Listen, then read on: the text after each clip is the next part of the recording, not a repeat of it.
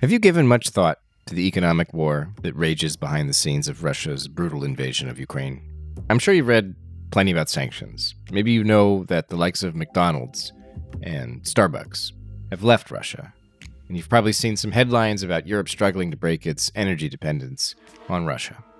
But unless you work in this field, it's easy to underappreciate how crucial the economic war between Russia and the West is to the wider conflict that has destroyed the post-Cold War peace with Moscow.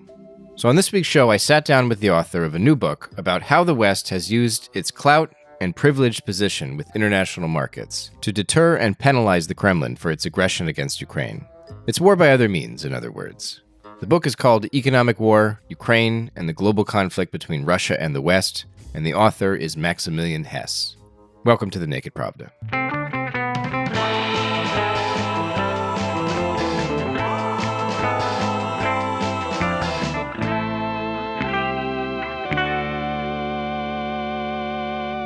Howdy, folks. I'm your host, Kevin Rothrock, the managing editor of Medusa's English language edition. I recorded this week's interview a day before I went and got 3 vaccines injected into my left arm all at once. I got the flu shot, the latest COVID shot, and some pneumonia shot, because my delicate Californian constitution has never really agreed with New England winters, and they're coming up.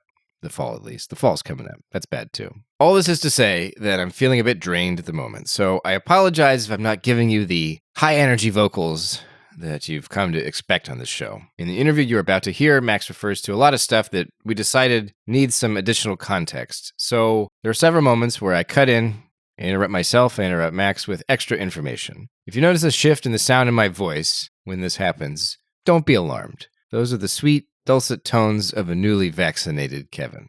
Anyway, a bit about this book and its author. Maximilian Hess, who was clearly born with the name destined to write about international finance, is the founder of Entemena Advisory, a London-based political risk and international relations advisory firm. He's also a fellow at the Foreign Policy Research Institute. His book, Economic War, published by Hearst, honestly opened my eyes to a side of the invasion of Ukraine that I've often ignored out of fear of numbers and economics that I don't easily understand. That maybe makes me a lousy candidate to interview Hess about his book, but I went ahead and did it anyway, in the hope that I'm coming at these issues from the same perspective as some of our listeners. Also, Max is an excellent writer. The book is understandable to non-experts, and the subject matter deserves broad attention. So let's jump in. I think this might come from the introduction, but I read more than the introduction. I want to assure you of that.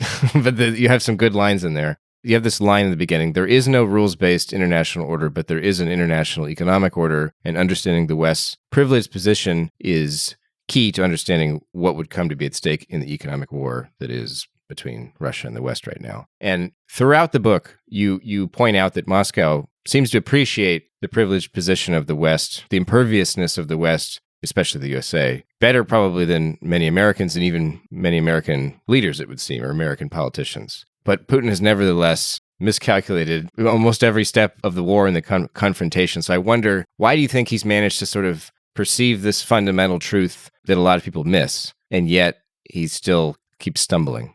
You know, I think that the fundamental truth and the reality of it is clear when you're viewing it from the outside, right? In the U.S., we have our, debt ceiling debates pretty regularly, threaten to shut down the government. We do all these things. Of course, the dollar is our currency and used there, but it's hard for us to appreciate how the dollar plays such a role internationally that no other currency does, right? Even hearing that 60% of trade or 60% of reserves thereabouts are in dollars internationally, that already is probably not that common knowledge. And then secondly, the actual impacts of that on the financial system and on the sort of demand for U.S. dollar assets, and then therefore debt as the sort of what is seen as the risk-free rate and the government-backed treasury bonds throughout the world. The sort of implications of that, both financially and geopolitically, then are quite significant. And so, again, while you'll see that easier from outside, it's not just about sort of the financial aspects and those macroeconomic ones we touched on, but it's also about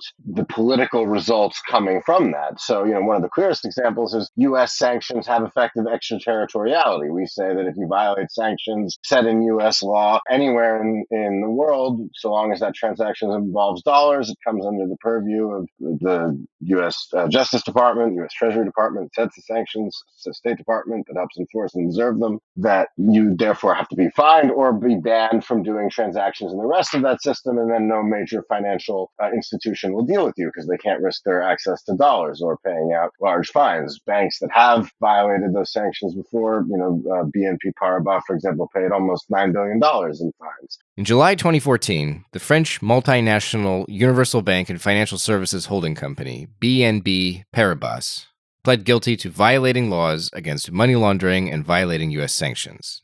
The bank reportedly laundered up to $100 billion from Sudan, Iran, and Cuba, even processing sanctioned transactions after it came under investigation by the U.S. Justice Department.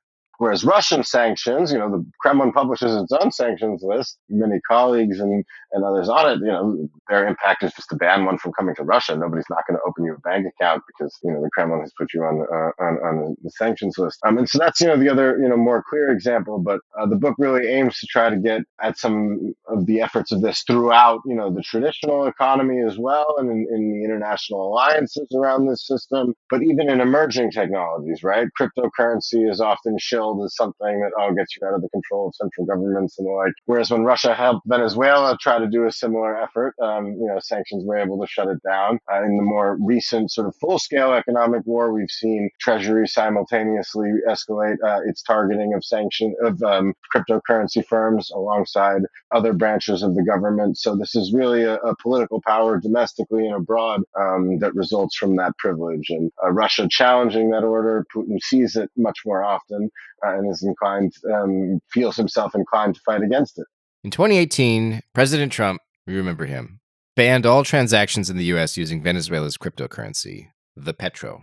The ostensibly oil-backed cryptocurrency Venezuela's government launched in February 2018 to gain capital amid its ongoing economic crisis.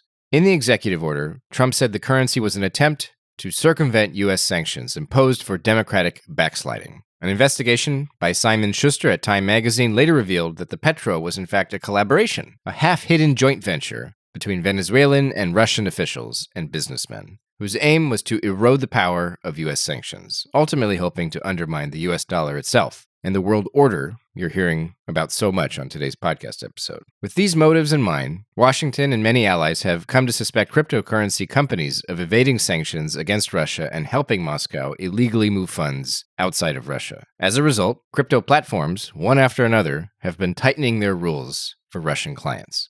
One of the themes of the book, whenever you address sort of the consequences of the economic war in the West, whether it's in Europe or in the United States, you address the challenges of keeping unity, a united front against the challenge that Russia poses to economic war, to the world economy. You're talking about the West as sort of impervious, and you say that, you even have a line where you say, even if the Kremlin were to conquer Kiev, it would not, in and of itself, affect the United States' power in any significant way. But then, I think a page later, you write that Russian success in Ukraine could potentially enable Putin to realize his vision of an alternative economic order, one in which the U.S., is no longer so dominant. And how do you reconcile those two things?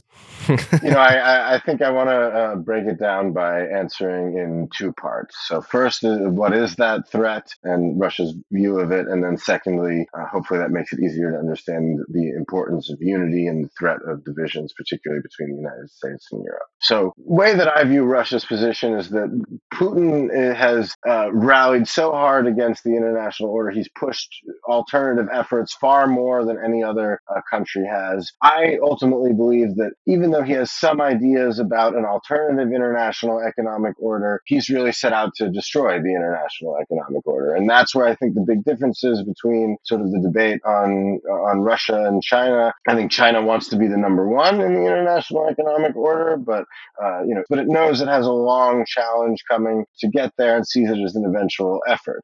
Russia, however, because of Vladimir Putin's decision-making, wants to actively destroy that order. And, the most recent example was the BRICS conference. Of course, Putin couldn't attend, but at the same time, was calling for talk about a new currency system. This August, during the 2023 BRICS Summit in Johannesburg, South Africa, that's BRICS, Brazil, Russia, India, China, and South Africa, At this summit, Brazil's president called for the creation of a common currency for trade and investment between each other as a means of reducing their vulnerability to US dollar exchange rate fluctuations. Vladimir Putin, who did not attend in person because he faces an arrest warrant issued by the International Criminal Court, said in a 20-minute pre-recorded video that the BRICS group should become a trading bloc representing the global majority. The objective, irreversible process of de-dollarizing our economic ties is gaining momentum, he claimed.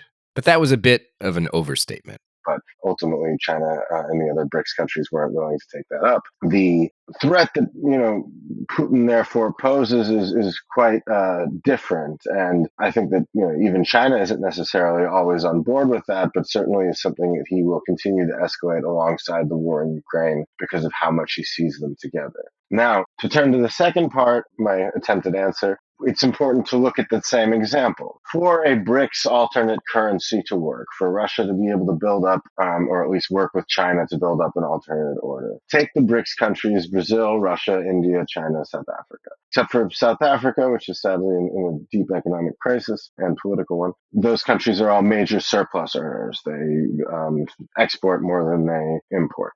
Russia commodities, China cheap manufactured goods. What they effectively therefore have is they have a glut of savings, in particular savings in foreign and earnings in foreign currencies. Now, for them to establish a system around that by which they could unite and trade freely, in which an alternate currency, whether that be the Chinese yuan or a supposed BRICS currency, to create a sufficient system, you need to have open capital markets. You need the money to flow freely. This is not something that happens in Russia, India, and China. But if you want to move money into the U.S., so long as you're doing so legally in real business, go ahead. So what does that mean exactly? Does that mean like if I'm a business person, I can't go buy a bunch of Chinese currency? So if you're a Chinese company and you've just earned, a million, the equivalent of $1 million in profits, and you say, I want to take my $1 million in profits and send it somewhere internationally, abroad, the United States or India or Russia, you need government approval to do so. So if you're a Chinese businessman and you have criticized the government on social media and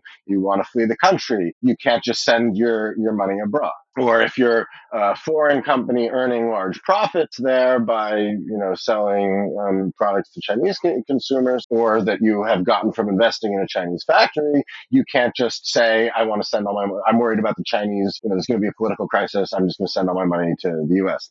Is this why when I read about Hollywood movies earning so many millions of dollars in China, I also see like a caveat that they only actually get to take such a percentage of those that box office? Exactly, yeah. Okay. Or Tesla, earning money in China now, and then they have to reinvest it in China, or can be pressured to do so. So, for example, when there are crises, right, around the world, whether it be the 2008-2009 global financial crisis, which was certainly started out of the U.S. markets and debt markets, not government debt, but consumer debt spread around the world, or in the COVID crisis, what do markets do? They see money pile into U.S. treasuries because that's the sort of safe haven asset for the world, and you're free to do so. And then, once the crisis passes, you're free to sell those off, move your money abroad. Nobody's going to stop you. Russia, India, and China. So they earn all these effective surpluses, but then they don't have a common market to go invest it in debt, in something profitable, especially because political relations aren't perfect between any of those countries. If you're a Russian business, you don't want to keep all your money in India because what if the U.S. gives India something that makes it, tighter to enforce sanctions or so on and so forth. But so, you need large deficit markets and ones with open capital to put that in. The two large deficit markets in the world are the United States, the European Union, the UK playing a minor but self-induced declining role. So you need that to really build up the system. So if there is a fundamental divide between the US and Europe, then you effectively end up in a position where that unity may no longer exist. And the euro is actually, despite Europe having its own financial crisis in 2011, 2012, and questions about its willingness to backstop common debt, the euro is the closest thing you have to a major internationally traded alternative currency to come about into existence since the dollar came about, or certainly since the dollar took on its international role in the aftermath of World War II. So, European countries trade almost entirely with each other within the Eurozone, certainly, and even non-Eurozone EU countries predominantly in euros. But still, internationally, they'll do a lot of their trade in dollars because other counterparties do. But the euro has grown a bit there. So, if the euro were to become a market that, say, was favored by Russia, China, and no longer on board with the U.S., it could then the risk of violating U.S. sanctions would be lower, and so the enforceability of that would be lower. U.S. debt would be in less demand, so it would be more expensive for the U.S. to run deficits as we do, and potentially much riskier. The ultimate impact of that on U.S. geopolitical power would be very significant. I think the dollar actually plays more a role in our geopolitical power than even many branches of the military do themselves. Not to say that they don't, but that's just how important the dollar really is. And so if Putin were to break Europe or break the U.S. Western alliance over Ukraine, then, as I said, even taking Kiev wouldn't necessarily do that, but it might. And that would be a fundamental threat to both the international economic order, that despite the U.S. having privileges often used to excess that nobody else has, and I don't want to forgive all those those excesses so blithely. We can talk about them more, and why a lot of the threats are self-induced. But if that were to collapse, the U.S. would lose its geopolitical power. Russia would gain much more influence in Europe, and the core international order, what little bits of it work and what few rules there occasionally are, would all, if not cease to exist, be greatly degraded.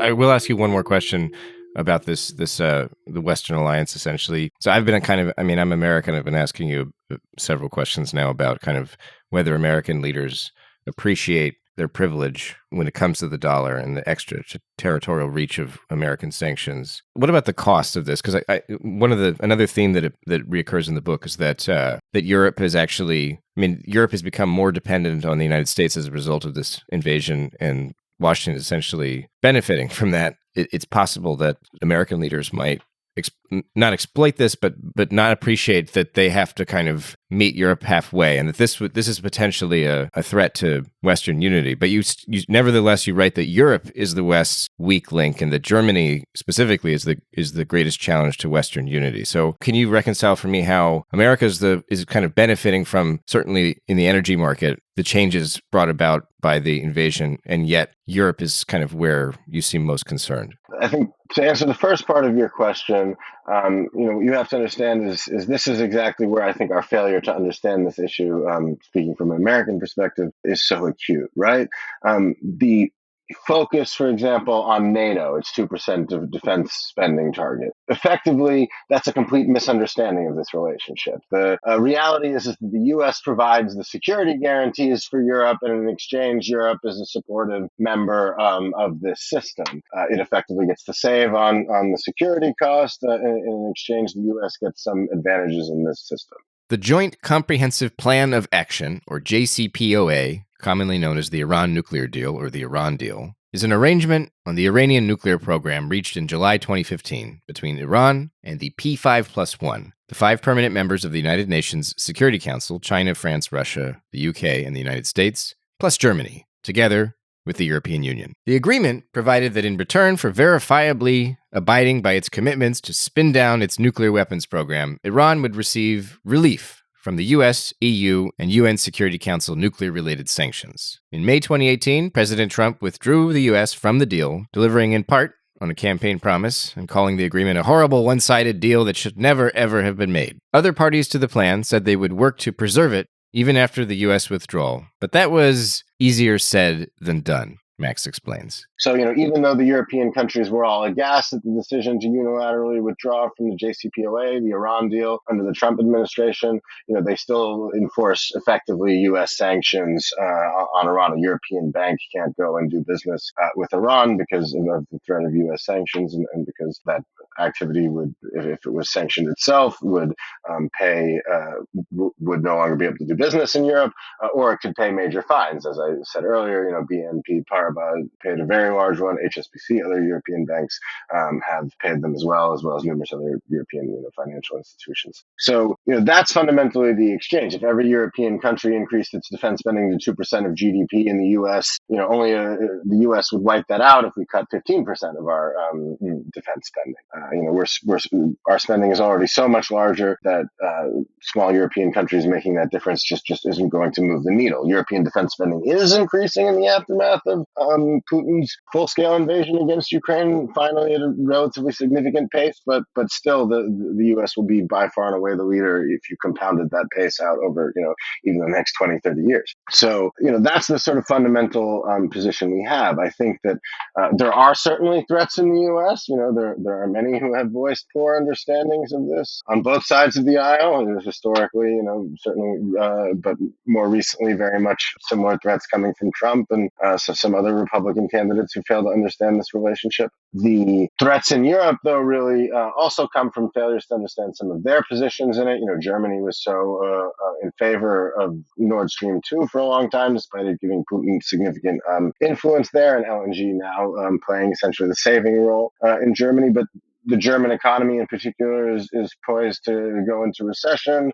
It is likely to have a significant impact on its manufacturing base. The overall increased energy prices, even if they're down from their peaks last year, and that's helping bring inflation down as well. And then Europe more broadly has a lot of other soft spots, and the European Union sort of failures as an institution and its own limitations in issuing common debt, only done ever for the corona crisis, but sadly that effort hasn't really been built on, as well as internal divisions and the need for unity amongst the EU on major policies do pose real risks to this fight in the short term, and therefore to the system overall if they're exploited in the long term. Turning to Russia, you write again repeatedly throughout the book that the true effects, or maybe the most fundamental effects of Western sanctions, won't be felt really unless you're looking at the long term. And this is, you come to the aviation industry a few times, state shipping, oil tankers, telecoms, finances, certainly oil production. Do you think that these effects in the long term, are these something that Russia can weather with sufficient resolve, or are we talking about a kind of fallout that is so significant that it will actually cripple the country's, capacity to wage war? The Russian living standards have never gone back to their 2013 level. Even when there's some GDP growth in some of those years, they've still remained below, and certainly sanctions have restricted them far further. That is a choice of the Putin regime. I do not see that reversing as long as it is in power. The impact in terms of crippling the economy and the war production, that still very much remains to be seen. Sanctions are not a magical tool. They will continue to degrade the Russian economy, force it to spend more resources for the same gains as before. We already see how much Putin is doubling down on military spending now. But, Russian missile production right now appears to be actually in excess of its pre-2022 levels, despite the waves of chip sanctions in particular. Russia's federal allocations to the military have become harder and harder to track. Much of the spending is now classified, and guesses about the armed forces' total budget vary. For example, Bloomberg has reported that the Russian military's budget will jump more than 4 trillion rubles in 2024, from 3.9% of GDP to 6%. That increase alone is more than Russia's entire 3.6 trillion ruble defense expenditures in 2021. In September 2023, the New York Times reported that Russia has managed to overcome sanctions and export controls imposed by the West to expand its missile production beyond pre-war levels. Tank production, too, has apparently doubled. In the competition to keep churning out fresh ammo for the war in Ukraine, Russia's production costs are also far lower than the West's, in part because Moscow is sacrificing safety and quality in its effort to build weapons more cheaply. For example, one expert told the New York Times that it costs a Western country as much as $6,000 to make a single 155mm artillery round, whereas it costs Russia roughly 10 times less to manufacture a similar round. I think the macroeconomic sanctions, though, really will constrain the Russian economy and make it far more expensive to continue this fight for the long term. Those chip sanctions, oil sanctions, others will continue to be refined and adjusted, and Russia will move and respond to them in turn. I think the best and sort of simplest way is to put it as an analogy, which is effectively as a result of the war and the sanctions response, Russia is an economy with terminal cancer. Now, its hydrocarbon wealth means that, and other raw commodity wealth means that it effectively has access to the best medicine possible. it is able to keep off that pain, take it, essentially chemotherapy, stuff with its own costs to mitigate it in the short term. How long that fight can go on for is very hard to say, but eventually it will not be sustainable. Of course, if Putin wins in Ukraine and breaks the Western alliance, then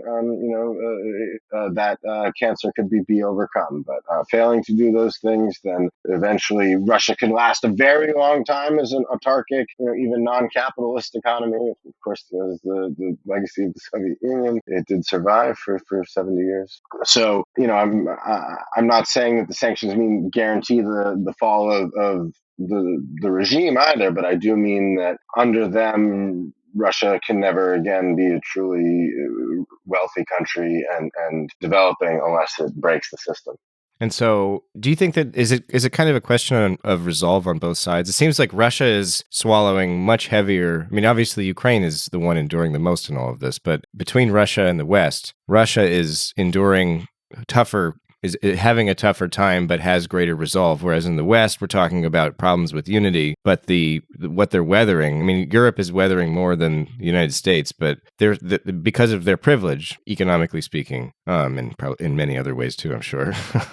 But we're talking about economics. They have to deal with less, and yet their unity is in question. And in Russia, there is talk, obviously, of collapse and so on, but that seems to be, for now at least, relatively far-fetched. Do you think of this as like a competition of resolve, or is it something else, capacity or something?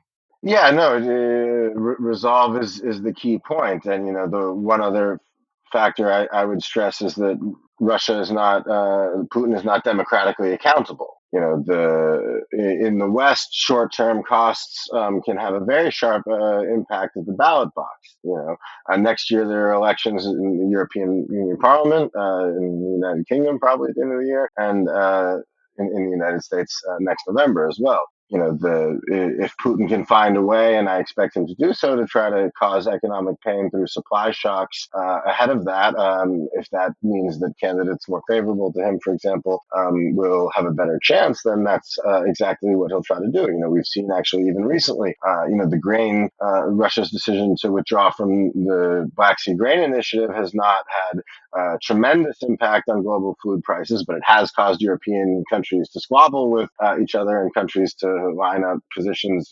Slovakia, before its election, the candidate who won the largest share of the vote there did a lot of complaining about Ukrainian grain. Poland, there's similar dynamics going on right now. So that democratic accountability and the fact that if there's short-term pain, people can vote to change, and we usually vote for an alternative, even if that alternative isn't actually more effective in dealing with the problem. They feel like they can do something about it. In the spring of 2023, several EU members, including Poland, imposed a temporary ban on imports of Ukrainian grain into their countries.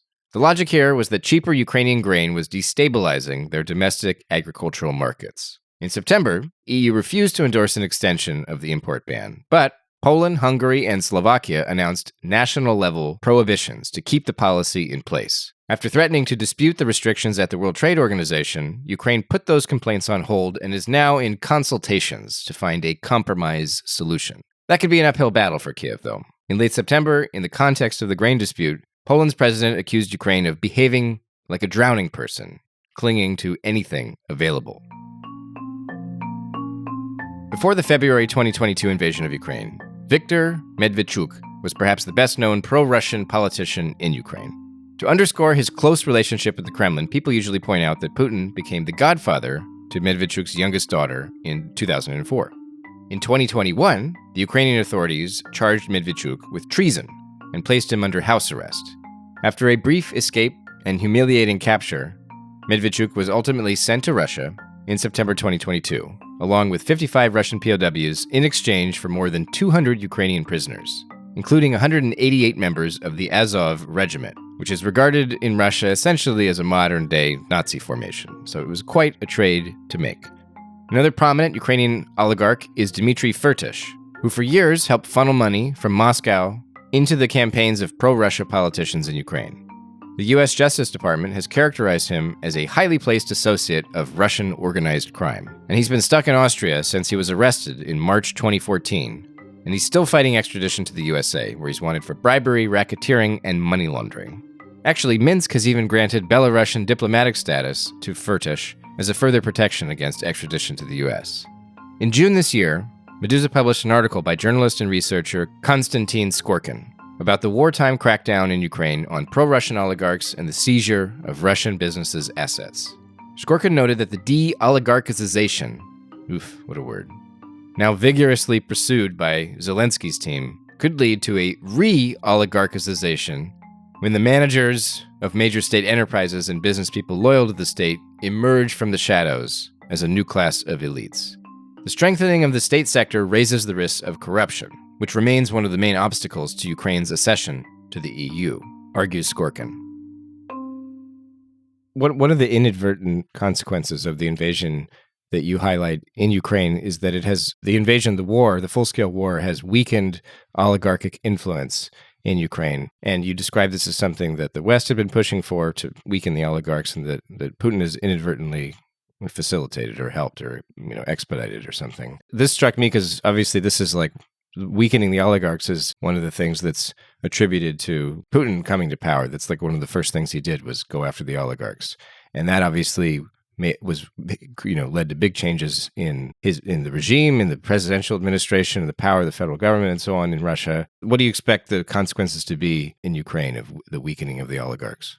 The perhaps best example is Rinat Akhmetov, the owner of DTech and Metinvest. Metinvest, perhaps best known to your listeners as the ultimate parent company of Azovstal, where there was the holdout. Akhmetov was seen as one of the most pro-Russian oligarchs before the Maidan Revolution. Yanukovych flew on his plane to sign the sort of sale of Ukraine to Russia deal at the end of 2013, in which he agreed to move towards the Eurasian Economic Union and took a poison pill Russian bailout. But Akhmetov moved to keep Mariupol on the sort of Ukrainian side in 2014, effectively as the oligarch who has changed his position the most. But even he, just into the war, agreed to give up his television stations and his assets there. So, their position and change and influence on Ukrainian society has really been removed. And just this week, we had European Union foreign ministers meeting abroad for the first time in Ukraine, and highlighting some of the success in Ukraine's anti-corruption efforts. Of course, the oligarch with whom Zelensky was most associated, Igor Kolomoisky, another controversial individual with a long history of the London international courts and disputes with the Ukrainian government, but who was pro-Ukrainian quite openly in 2014 and funded militias in the Donbass then, pro-Ukrainian ones, of course. Zelensky has gone after him and reportedly taken away his citizenship, and now, since the book's publication, even advanced the court charges against him, and we've seen him arrested just the other week. So even the oligarch with whom he was most associated with Zelensky has been taken down a notch, and that is hugely significant in Ukraine's fight against corruption overall to remove the oligarchic influence. A huge way to weaken the potential for pro-Russian influence that has existed in the past. And that's not to say that Ukraine without political reforms doesn't risk potential new oligarchs in the future, but that is certainly one pretty dramatic impact on the political landscape of Ukraine that I'm not saying it deserves the same attention as the horrors of the war and how that has helped reshape and unite society in very significant ways, but that certainly, when talking about the economic components, as I do, I think deserves to be highlighted. Speaking of the Russian atrocities in Ukraine, the fact of the invasion itself, reparations are something that come up a lot. And you mention it a few points in the book. Do you think it's realistic to assume that Russia could ever be forced into paying reparations? Because at the face of it, I've always assumed you don't get reparations unless you conquer the enemy, and then you can make them do whatever. But reading your book, it's actually maybe because Russia will essentially, in the long term, need to return to the world economy if it wishes to, enjoy its former or some kind of, if it wishes to raise its standard of living, which presumably eventually it would like to do, even long after the war's ended, let's say. This could be the entry fee is that there needs to be some kind of reparations. So do you see reparations as a realistic possibility? I think it's something that has to be kept in mind, but as sort of something that that I envisage now, no. It would only come with Russia's full-scale collapse, or at least the full-scale collapse of the Putin system. There's no way I think Putin could agree to it or would agree to it. The West does have significant power to do so, and to begin thinking about it now. And I do think that there hasn't been enough effort there. So, Russia has more, there's estimated to be more than $300 billion in Russian government assets that have been frozen as a result of this, financial assets and those held abroad or through clearing systems. The West has the ability to really dictate what happens with those. There are those who always complain, both in the legal and economic worlds. Oh, you can't set a precedent, can't rule odious debt. But I don't personally subscribe to the argument that would set some kind of universal precedent that other countries would be worried about. And those same systems and the structure that we talked about earlier meant anyway that the alternatives don't exist there yet. So your attitude is take that money, rebuild Ukraine with it. My attitude is to find the right way to do so.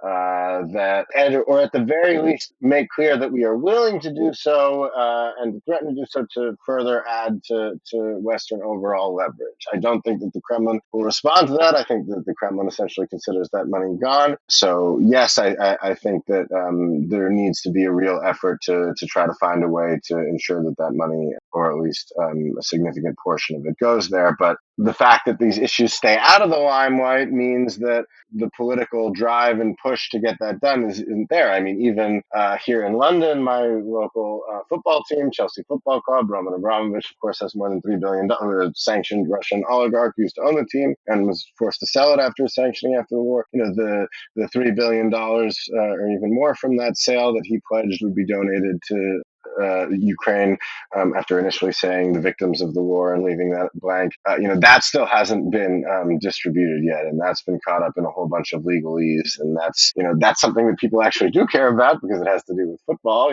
soccer, the national sport here. But even then, the will for political action is far slower. And certainly I think that it's long overdue that an effort begin organized. I have plenty of my ideas about how it could work, but what it really needs is full institutional government backing and saying, no, this has to be a priority for the EU, the UK, and the United States, because they have various legal says in most of those assets, to start working on finding a way to do so now. It should have been done, 18 months ago, but now is better than never. One of the takeaways I had from this book is that, at least when reading about the war, a lot of what I see is that when the battle lines finally settle, and hopefully it's with the 1991 border, but if it's something else, okay, wherever it finally settles and there's a ceasefire, an end of the war, the end, period, or ellipses or something, that there will have to be some kind of Israel-like relationship between the U.S. and Ukraine. There'll have to be and the West will have to sort of there'll have to be some kind of sustained flow of military aid to keep Ukraine armed enough for there to be a deterrent to Russia just invading again when it feels like it. Reading your book, I realized, or it occurred to me that equally or even more so, the sort of long-term guarantee for Ukraine's safety is perhaps actually in economics. Like, when you think about how Ukraine's safety in the long term is guaranteed, where do you stack up like military guarantees and economic guarantees? Is it like equal, or in your mind, it's the economic war that is really vital? It's the crucial factor for long term. I mean, for Ukraine, certainly the security factor and the precedence of lives always takes precedence over the importance of money.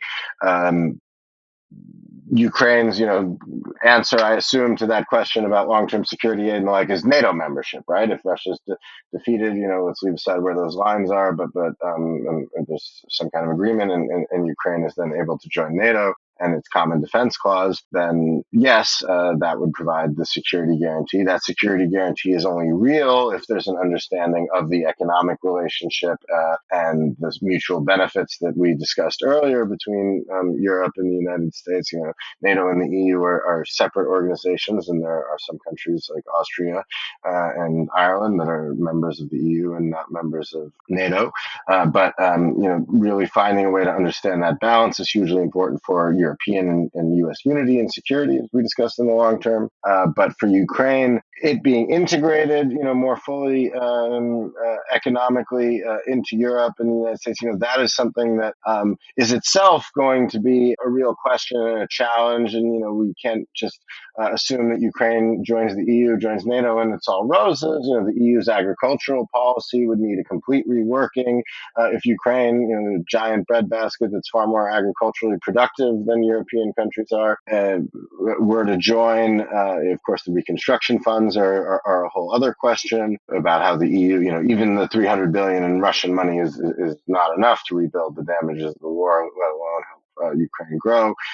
But Western economic aid and in particular financial guarantees and investment support can play a big role there. But no, while I think the economic structure is important for the international order and for the global outcome of this conflict, of course, for Ukraine, the security issue is paramount. And there may even be a future in which, economics with Russia and economic ties can help provide that for Ukraine. As I, not to give it all away, but in the conclusion, I talk about that if Russia is defeated and there is a democratic and very least non-aggressive Russia in the future, that it should be brought back into the international system. Because I think a regime in Russia that is democratic and actually politically accountable will see that way to growth keeps it in the system and therefore would mitigate the risk against Ukraine, of course, because Russia isn't democratically accountable. That doesn't do so right now and won't as long as the Putin system is around. But the international order is also important for peace between countries, at least that are democracies.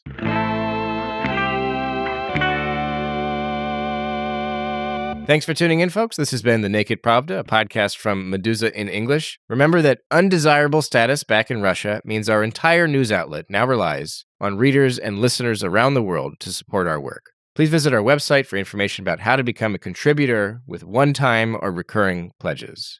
Thanks again. Until next week.